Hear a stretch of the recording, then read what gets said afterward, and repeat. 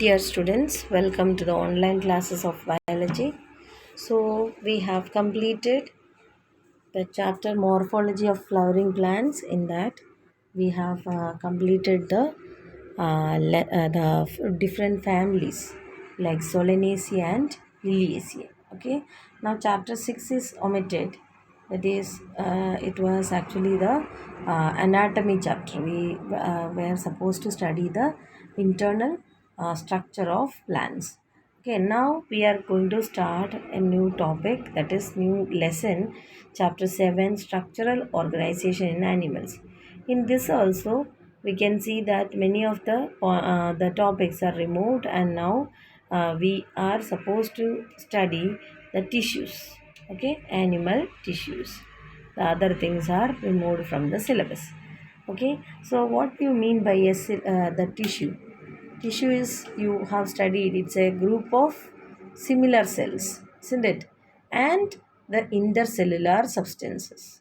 Understood? So they together is known as what? Tissue. Understood? So tissue means what? They are group of similar cells along with the intercellular substances which perform a specific function, isn't it? When it does a same function, a group of cells, okay, with the intercellular substances. So within the cell, with between the cells, there are what? The intercellular spaces, and this intercellular spaces are also filled with some material. So this material along with the cells forms what? The tissue. Okay, and they do the same functions also. In animals, there are four different kinds of tissues. Okay, four different kind of tissues, and with this only all the what organs or all the organ systems are formed. Okay, these tissues, they organize in different proportions and pattern. Okay, and they form different organs, and when this two or more organs perform, they together they function commonly. They form the organ system. Understood? So understood now. There are different systems in our body like digestive system, respiratory system. All these are made up of what? Organs, and these organs are made up of what? Tissues, when they are arranged in special proportion and pattern.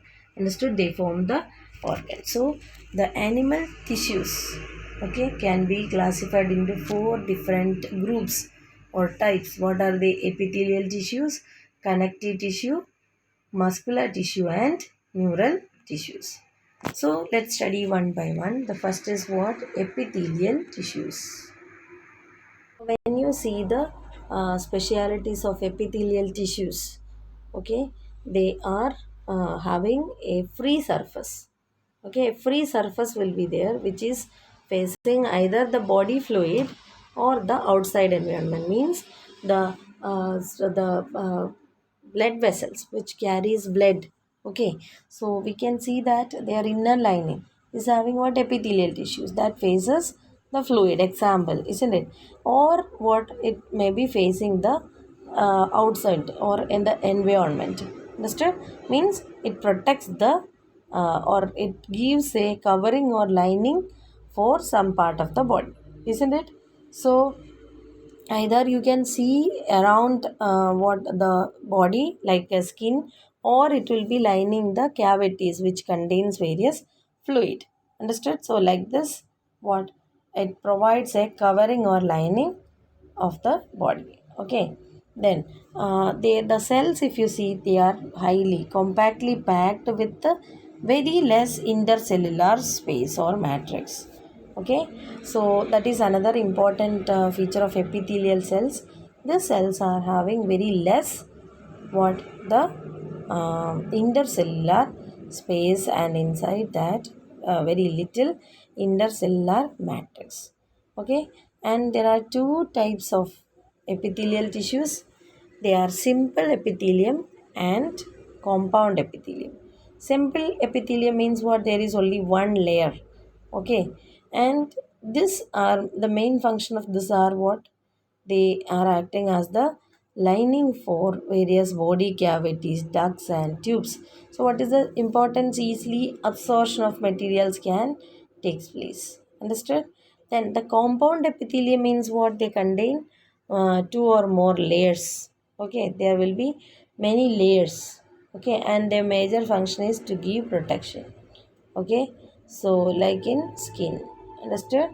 Then the epithelium is what of different types, that is I told simple epithelium and compound epithelium. Simple epithelium again, it's divided into different types like squamous, cuboidal, columnar, etc. Understood? So it depends upon what the shape of the cells. So, what are the different kinds of simple epithelium? Depends upon the shape of the cells, squamous, okay, cuboidal, and columnar. On what basis? On the basis of the shape of the cells. Okay, so let's see what is squamous epithelium. Okay, and it is having a very thin layer of flattened cells with no intercellular spaces or intercellular materials. Okay, so where you can find them? Found They are found in the walls of blood vessels. Okay, then air sacs of lungs, etc. Okay, so as they are very thin, their main function will be what? Diffusion. Okay, they forms the diffusion boundary. Materials can get diffused across the what are the body and the cavity. Understood? So this is what the major function of squamous epithelium. Understood? So it forms a diffusion boundary. So squamous epithelium is just tiles, like tiles you have seen now. So they are very thin. On the other hand, cuboidal epithelium, it's what its cells are cube-like. Okay, means it is having the shape of a cube. The cells, okay, the cells of cuboidal epithelium is having what? The shape of cube. Okay, and where you can find in the ducts of glands and tubular parts of nephrons. Okay, and the main function of it is secretion and absorption. Squamous epithelium's main function is what? To function as a diffusion boundary. But cuboidal epithelium, what it is? Secretion and absorption. Okay, then the epithelium of proximal convoluted tubule of nephron in the kidney is having microvilli, and they are also having what? Cuboidal epithelium. Understood? So cuboidal epithelium's major function is secretion and absorption. The next one is what? Columnar epithelium. Okay, so from the name itself, it is given. What is the shape of the cells? It will be column like, means tall cells will be there. They are taller than their thickness. Okay, and their nuclei is seen at the base. Okay, and free surface may have microvilli. Means what? Microvilli means what? Means from the cells. Okay, they are having what? The finger like projections called microvilli. Understood? So the where you can find them, they are also they are found in stomach and intestine, and they are also helping in secretion and absorption. Okay, and if the columnar cells are having cilia on their what tip, okay, they are known as ciliated epithelium. Okay, so what is the function of ciliated epithelium? They help the particles to move in one direction. Okay, all the cilia will move in one direction, so that will sweep the materials in one direction. Okay, so like this, what? The columnar epithelium, when they are having cilia, they are known as ciliated epithelium, and the function of ciliated epithelium is to move the particles in one direction. Okay, on this we can see in the inner surface of hollow organs like bronchioles, okay, fallopian tubes, etc., which help to what move the to direct the movement of substances in one direction. Okay, and some columnar epithelium or cuboidal epithelium cells, they are specialized for secretion. Okay, when they are specialized for secretion, they are known as what glandular epithelium. Okay, so this glandular epithelium can be of two types, that is unicellular or multicellular. Unicellular means what? Here and there some cells. Okay, they functions as they secrete certain substances and they are coming under glandular epithelium, but they are having single cell. Example, goblet cells of the alimentary canal. Understood? So they help to secrete that certain secretions. So what are glandular epithelium? When columnar cells or cuboidal cells they get specialized for secretion, then we call it as what? Glandular epithelium. If glandular epithelium is having only one cell, as in the case of goblet cells, okay, then it is known as unicellular, and sometimes they are multicellular, means they are containing a cluster of cells. They are organized to form what the means to form the gland. Understood? So like this, glands can be formed from columnar and cuboidal epithelium. Okay, so these glands are of two types. What are they? Exocrine and endocrine glands. What are exocrine glands? Their secretions are usually mucus, like saliva, earwax, oil, milk, okay, digestive enzymes, etc. Understood? And they are having what? Glands, sorry, ducts to secrete their products. Okay, so exocrine glands are having what? Ducts. Okay, and then the endocrine glands,